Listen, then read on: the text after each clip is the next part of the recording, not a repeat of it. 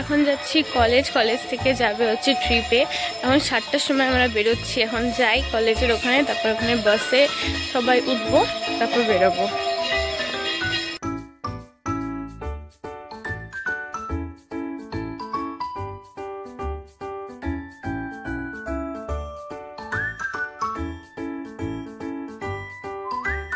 তো লাস্টে আমাদের কয়েকজন স্টুডেন্ট বেশি হয়ে গেছিলো, তাই জন্য আরও 3-4টের মতন চেয়ার আনতে হয়েছিল। তারা ওখানে বসেই গিয়েছিল।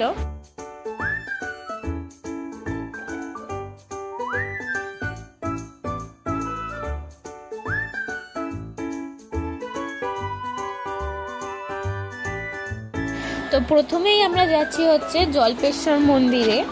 আগে জল্পেশ্বর মন্দিরে যাব, তারপরে বাকি অন্যান্য জায়গাগুলোয় যাওয়া হবে।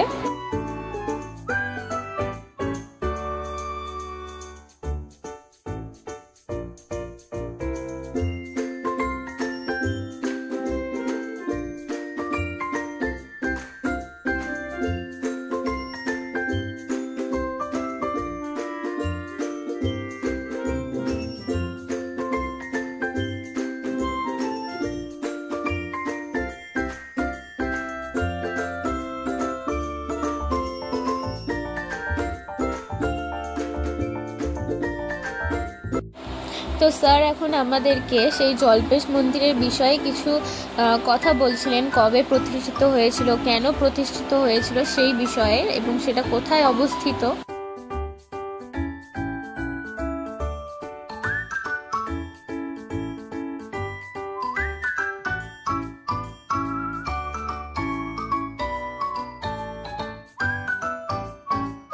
এখানে বাস থেকে নেমে তারপরে আমাদের প্রায় 10 থেকে 15 মিনিট হাঁটতে হয়েছিল।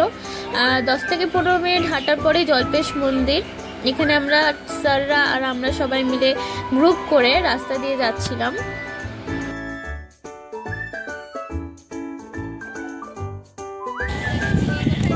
আমরা যাচ্ছি কোথায়? ট্রিপে। জল্পেশ মন্দিরে।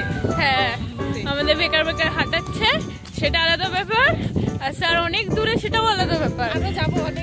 ব্যাপারটা হচ্ছে যে আমাদের পাওয়া যায়। এই যে আমাদের বাকি দর্শক না গুলাম, এই যে এই মহিলাটা মাঝে মধ্যে সূর্যোদয় হয়, সূর্য অস্ত হয়, আলাদা ব্যাপার। আবার নিভেও যায়। হ্যাঁ, নিভে যায়, সেটা আলাদা ব্যাপার। ছাতা নিয়ে আসছে ভাই, এই লেজেন্ডের মুখ দেখা। এই যে ছাতা নিয়ে আসছে ভাই। শোনো শোনো, আমি খুব ভালো বান্ধবী আমাকে নে।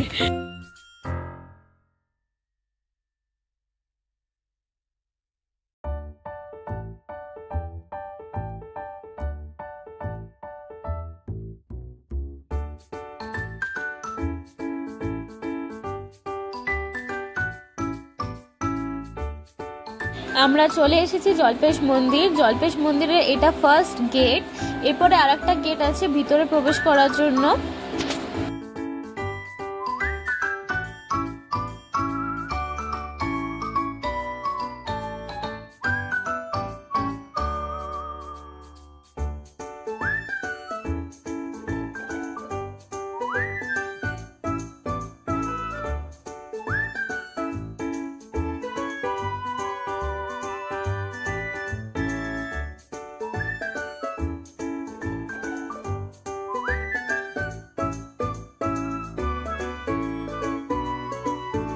এই দেখো, এটাই হচ্ছে জল্পেশ মন্দির। এখানেই দূর দূর থেকে মানুষ দণ্ডি কেটে কেটে পূজা দিতে আসে।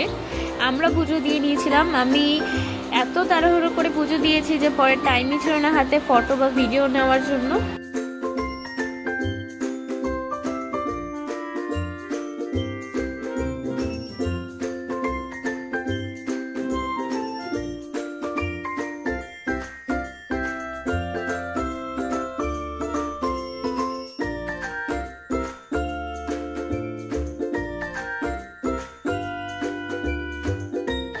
এখানে দেখো নদীর পাশে জমিটাতে যে ছোট ছোট পাথরের মতো মনে হচ্ছে, এগুলো কিন্তু পাথর নয়, এগুলো সব হচ্ছে তরমুজ। অনেক অনেক তরমুজ। এখানে তরমুজের চাষ করা হয়েছে।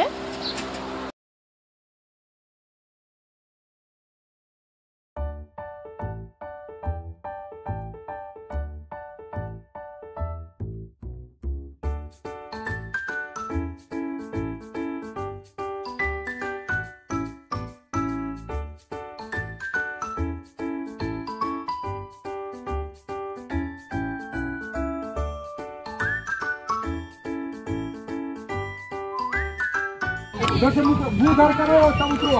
गलो गलो इस तरह में छोड़ सकते हैं।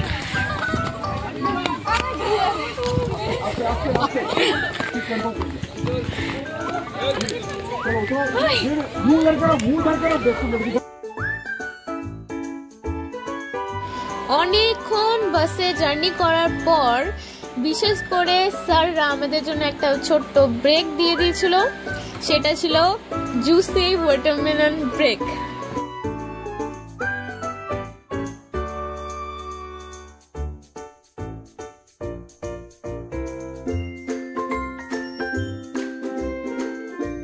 এর পরের লোকেশন হচ্ছে কোচবিহার জেলার গোসানিমারিতে অবস্থিত কামতেশ্বর মন্দির, একে আবার অনেকে কামতেশ্বরী মন্দিরও বলে থাকে। ऐसे आके से गोल गिर गया ताजमहल में, क्या बीच में और भी ऐसे करके प्याज की तरह, ओनियन की तरह, ठीक है। That is called the bulbous dome. ये कहीं ना कहीं दिखा रहा है कि टिपिकल इंडियन स्टाइल का मंदिर बना हुआ नहीं है। अगर हमारे सब मंदिर देखिएगा आप ऐसे रहता है, इसको हम लोग शिखर बोलते हैं, इस तरह से झुका हुआ रहता है क्योंकि इंडिया में बारिश ज्यादा होती है। ये कहीं ना कहीं अच्छे तरीके से दिखा रहा है, इस्लामिक इम्पैक्ट भी इस पर है।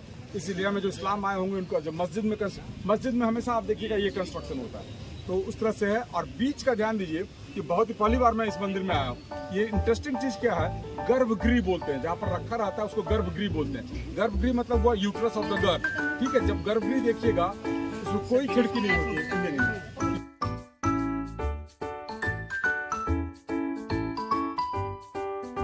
এখন আমরা চলে এসেছি কোচবিহারের রাজপাটে। এটিই ছিল কামতা রাজ্যের শেষ রাজধানী। কামতা রাজ্যের এই রাজবাড়ির পুরোটাই এই ঢিপিটার নিচে, দেখতে পাচ্ছ কত বড় এলাকা জুড়ে ঢিপিটা আছে, আর এই পুরো এলাকাটাই হচ্ছে রাজবাড়ি।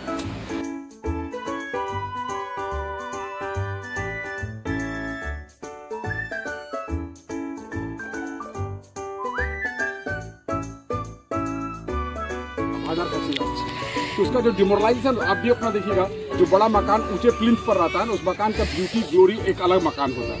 तो वो चीज़ यहाँ पर भी किया गया है। लेकिन ये दिखा रहा है कि बहुत ज़्यादा रिच नहीं थे ये लोग, कुआं बनाना उनके लिए आवश्यक था, लेकिन उसमें जो है देखिए अलग अलग साइज का ब्रिक्स, टूटा हुआ ब्रोकन ब्रिक्स यूज किया गया है। ये इस चीज़ को हम लोग को दिखाता है।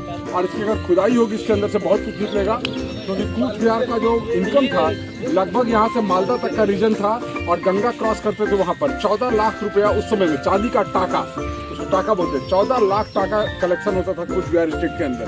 ये बहुत बड़ा राज्य था। चांदी का सिक्का बहुत, सबसे छोटा सिक्का था कौड़ी, जो शादी उदी में देखते होंगे यूज करता है कौड़ी। उसके बाद अधेली, तब 1 पैसा, तब 1 आना, तब 16 आना, तब रुपया। टाइमलाइन ये तो हम लोग आजादी तक हम लोग यूज किए टाका। इसका टाइमलाइन ये 1600 के आसपास, आज से 350 साल पहले, 350 साल पहले।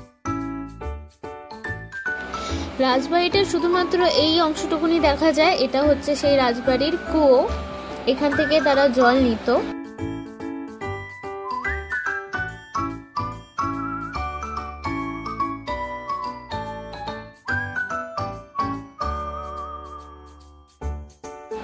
এরপরে আমাদের লাঞ্চ টাইম হয়ে গেছিল, তো আমরা ছোটখাটো করে পিকনিক করে নিয়েছিলাম সবাই মিলে, আর ওখানে অনেক মজা হয়েছিল। এরপরে আমি ভিডিও আর ফটো কিছুই নিতে পারিনি, কারণ আমার ফোন সুইচ অফ হয়ে গেছিল, তাই জন্য। আর আমরা বাড়িতে পৌঁছেছিলাম 8টার সময়, বাকিদের তো 10টা বেজে গেছিল। আর এত দেরি হয়ে গেছিলো তাই জন্য আমাকে স্যার বাড়িতে দিয়ে গেছিলো এত রাত্রেবেলা। এদিকে যেহেতু আমি একাই আসি,